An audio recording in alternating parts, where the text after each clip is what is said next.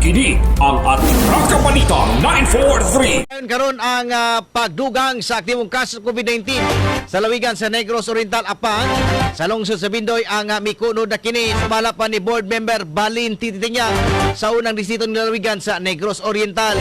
Hinumduman nga dulan o binta ka aktibong kaso sa COVID-19 sa niaging semana.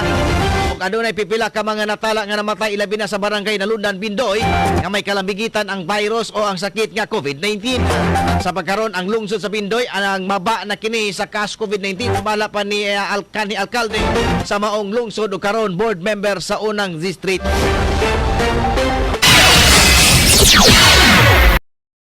Arang-arang na kay from 84 man to highest na mo around 50 plus na malaman ni.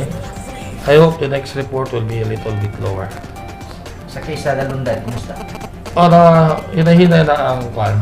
Marag usa na lang itong lahi na matay. So from 14 to 15. Ang problema ron kay ang mga COVID cases sa Bukid, they don't report anymore. So we are not getting the right numbers here. Kaya madlok man sila, kung report sila nga COVID na ay namatay. Quarantine man ang yung family for 2 weeks.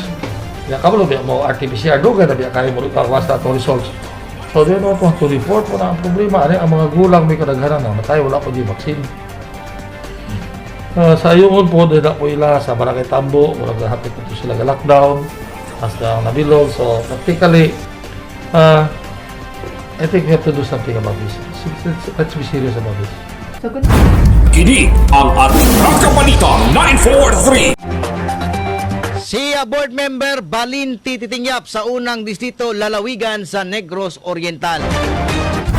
Kini ang Atraka Balita 943. Ang matag katawhan adunay katungod mahibalo sa nagkadaiyang isyu man nasyonal o lokal.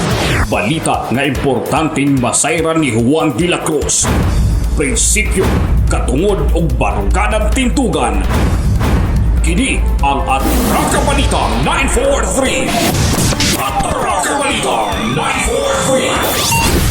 Programa ngang tumong og tuyo mao ang pagpahibalo sa katawhan. Atraka Balita 943. Serbisyo publikong wala ipinili. Atraka Balita 943. Atraka Balita 943.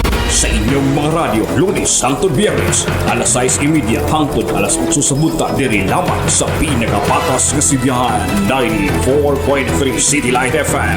Atraka Balita 943.